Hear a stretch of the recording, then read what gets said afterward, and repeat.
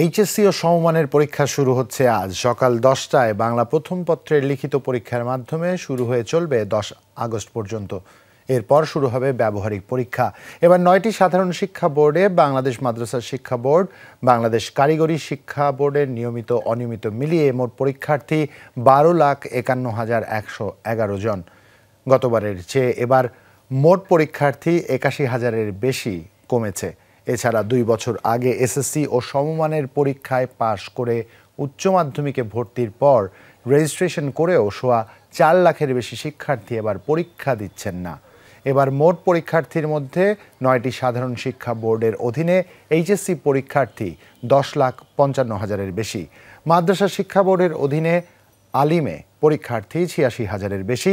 কারিগরি শিক্ষা বোর্ডের অধীনে মোট পরীক্ষার্থী 1,09,000-এরও বেশি। সারা দেশে 2,797টি কেন্দ্রে অনুষ্ঠিত হবে এসব পরীক্ষা।